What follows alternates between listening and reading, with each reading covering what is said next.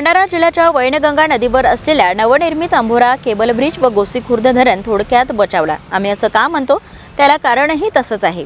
कारण वैनगंगा नदीवर कोरंबीजवळ नवीन पुलाचे बांधकाम सुरू आहे। हे बांधकाम स्वामी समर्थ या कंपनीला दिलेले आहे।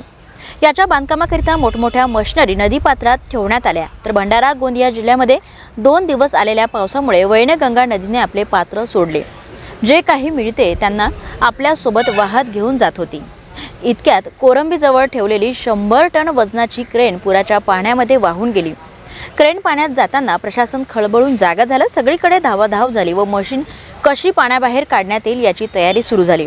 अखेर काही किलोमीटर अंतरावर क्रेन पकडण्यात आली, पण पाणी अधिक असल्याने क्रेन काठाशी बांधून ठेवण्यात आली। ही क्रेन आणखी 4 किलोमीटर पुढे गेली असती तर अंभोरा केबल ब्रिज तुटला असता। इतकंच नाही तर ही क्रेन पुढे असलेल्या गोसीखुर्द धरणाला आदळली असती। त्यामुळे गोसीखुर्द धरण तुटण्याची शक्यता नाकारता येत नव्हती। त्यामुळे मोठा अनर्थ टळला आहे। पण पावसाळ्यात पूर परिस्थिती नेहमी उद्भवत असताना क्रेन नदी काठावर का ठेवण्यात आली असा प्रश्न देखील उपस्थित होत आहे। नाव सांगा आणि पद। मी अजिंक्य कुंभार, इथं मी ज्युनियर इंजिनियर म्हणून काम करत आहे। इथून आपल्या 10 किलोमीटरवरती भंडाऱ्यामध्ये एका ब्रिजचं काम चालू आहे। तिथून नैसर्गिक आपत्तीमुळे फ्लड आला। त्या फ्लडमध्ये त्यांची क्रेन वाहून आली 100 टनाची। ती क्रेन जर इथं आली अंभोरा केबल स्टेला तर त्या ब्रिजला मोठा धोका होऊ शकतो।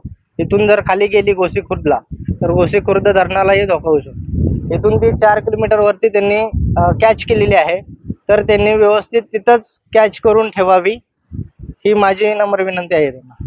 सर, काय क्रेन बांधकाम करताना क्रेन नदी पात्रात ठेवायला पाहिजे होती? नदी पात्रात ठेवायला नाही पाहिजे होती।